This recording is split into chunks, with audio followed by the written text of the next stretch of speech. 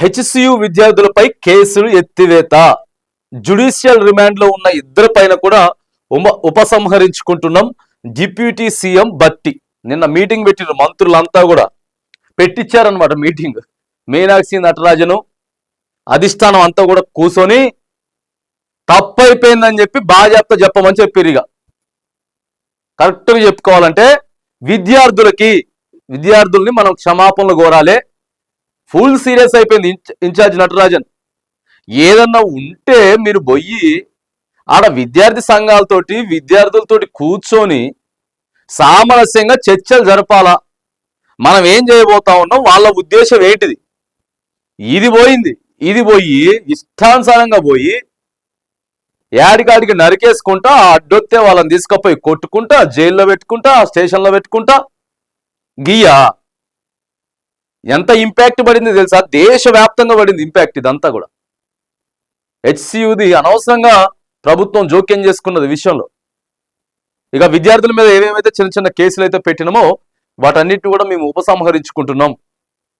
ఒక రాష్ట్రానికి సంబంధించిందా కాంగ్రెస్ పార్టీ? దేశానికి సంబంధించినటువంటి విషయం. ఇక్కడ ఒక్క మినిస్టర్ తప్పు చేసినా అది మొత్తం దేశవ్యాప్తంగా కూడా ప్రభావం చూపుతుంది. ఖచ్చితంగా ఉంటుంది ఇంపాక్ట్. నిన్న కూర్చొని చెప్తున్నారు, పోలీసు న్యాయశాఖలకు తగిన చర్యలు తీసుకోవాలని ఆదేశం.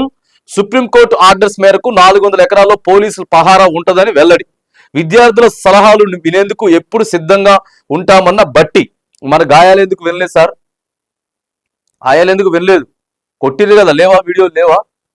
వాళ్ళని లాక్కపోయి కొట్టినాయి. కేబినెట్ సబ్ కమిటీ భేటీలో కీలక నిర్ణయాలు.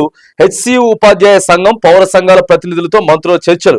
హాజరు కాని స్టూడెంట్ జేఏసీ. ఎందుకు హాజరవుతారండి?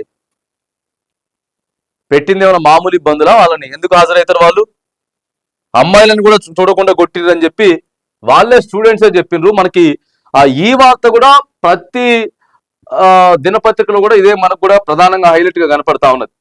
ఇగో విద్యార్థులపై కేసుల ఉపసంహరణ. హెచ్సియు క్యాంపస్ నుంచి పోలీసు బలగాలు వెనక్కి. ఒక్క పోలీసు కూడా అక్కడ ఉండడానికి వీల్లేదట. ఆ సంఘాల ప్రతినిధులతో చర్చ అనంతరం మంత్రుల కమిటీ నిర్ణయం. సామరస్య పరిష్కారం దిశగా ప్రభుత్వం చర్యలు తీసుకుంటా ఉందని చెప్పేసి ఇక మంత్రులు కూర్చొని మాది కొంత తప్పు అయిపోయింది. పొంగులేటి శ్రీనివాసరెడ్డి గారు చూడండి ఎట్లున్నాడు, అంత సైలెంట్గా ఉన్నాడు. ఇదే ఫోటో ఈనాడులో ఉన్నది. తర్వాత సేమ్ ఫోటో వెలుగులో కూడా ఉన్నది. సేమ్ ఇదే ఫోటో వెలుగులో వేసుకొని వచ్చిండ్రు.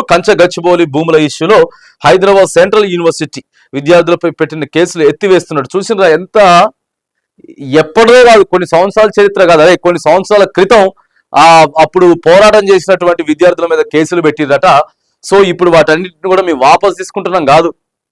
చూడండి ఎంత స్పీడ్గా బూమరాంగ్ అయి రివర్స్ తగిలిందో.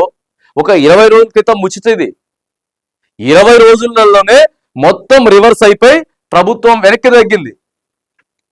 ఆడ సుప్రీంకోర్టు, కాంగ్రెస్ పార్టీ అధిష్టానం, ఇక్కడ ఇన్ఛార్జీలు, అంటే ఎంత దారుణమైనటువంటి ఇది జరిగిందో చూడండి. హెచ్సియులో ఎందుకు పోయి నువ్వు అంత స్పీడ్గా ఎందుకు పోవాల్సి వచ్చిందని చెప్పి అడిగేసిరు డైరెక్ట్గా.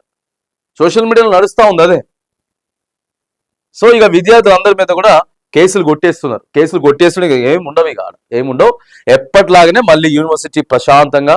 కాకపోతే ఇప్పుడు కొన్ని ఏండ్ల తరబడి ఉన్నటువంటి చెట్లను నరికేసారు కదా, మళ్ళీ అది పెరగాలంటే ఎంత టైం పడుతుంది? ఎంత టైం పడుతుంది అవి పెరగాలంటే?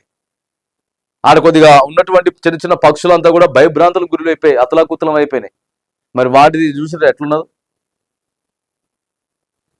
ఇది కథ. ఏదేమైనా కానీ ప్రభుత్వం అనేది తప్పున్నది, కొంత స్పీడ్గా పోయిర్రు అనేది మాత్రానికి ఈ పరిణామాలన్నింటిని చూస్తే కూడా కనబడతా ఉంది. ఏవేవైతే కేసులు పెట్టిండ్రో ఆడ పోలీసులు కానీ లేకపోతే వాళ్ళ మీద పెట్టిన కేసులు కానీ అన్ని కూడా రివర్స్ వెళ్ళిపోతా ఉన్నాయి. మళ్ళీ సాధారణమైనటువంటి స్థితికి సెంట్రల్ యూనివర్సిటీ పరిధి, అక్కడ ఉన్నటువంటి కాలేజ్ అంతా కూడా, యూనివర్సిటీ అంతా కూడా మళ్ళీ ప్రశాంత వాతావరణంలోకి రాబోతా ఉన్నది.